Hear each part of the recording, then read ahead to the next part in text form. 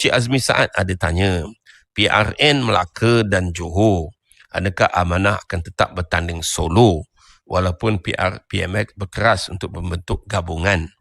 Saya berpendapat BN akan go solo, PRN dan PRU.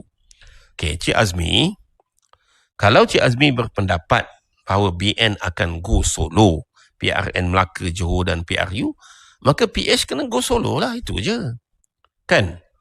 Katalah Anwar kata dia bincang dengan Zahid. Okay, Anwar kata kita kena bertanding atas nama Kerajaan Perpaduan untuk PRN Melaka dan Johor. Tapi Zahid bawa dalam surat parti Majlis Tertinggi UMNO kata tak ada. Kita mesti tanding solo. Okay, kita mesti bertanding atas nama BN. Jadi Anwar tak boleh kata apa. Kan? Sebab kita PH sendiri pun tak berani nak buat keputusan. PH sendiri tak berani buat keputusan, ataupun saya, ni pandangan saya lah sebenarnya, pimpinan PH tu memang dia nak bersama dengan UMNO BN. Kan? Sebab dia dah lupa siapa itu UMNO BN. Dah baik, dah berkawan kan? Dah cinta, tak kenal maka tak cinta. Sedangkan saya daripada dulu, saya tak percaya UMNO ni tuan-tuan. Saya tak percaya UMNO ni kan. Tapi ni geng-geng PH, pimpinan PH ni memang mereka nak bertanding atas nama Kerajaan Perpaduan. Kenapa? Mereka rasa kursi mereka dah selamat. Memanglah diorang dapat kursi sebab dia memang dah kursi tu dia dah menang. Dia akan bertanding balik. Kan? Itu yang dia kata tak apa kita bertanding atas Kerajaan Perpaduan kan. Tapi padan muka korang kalau tiba-tiba Zahid kata, okay, UMNO telah buat keputusan, mesyuarat Biro Politik UMNO dan mesyuarat Majlis Kerja Tertinggi UMNO, MKT UMNO telah memutuskan bahawa UMNO BN akan bertanding secara sendiri pada PRN Melaka dan Johor dan juga PRU ke-16. Padan muka korang. Kan? Tapi saya sokonglah.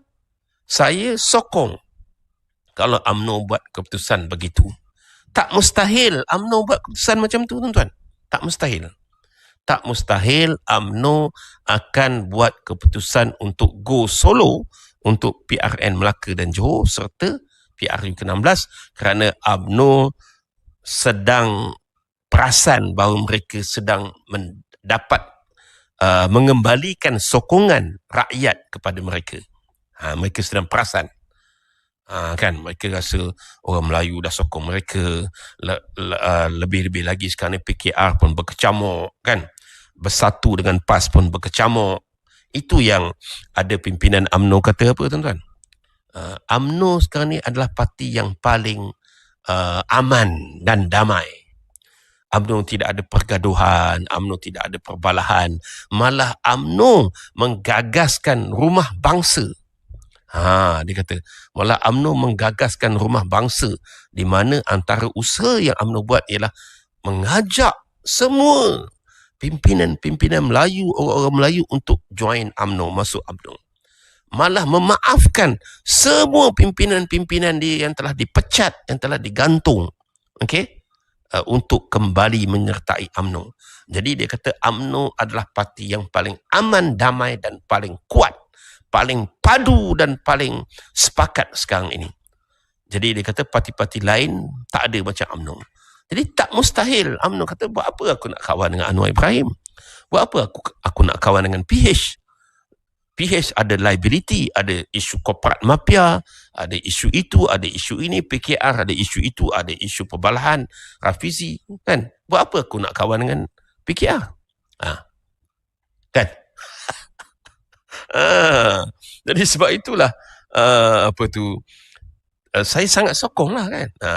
Saya sangat sokong kalau UMNO kata buat keputusan kita akan bertanding solo kan.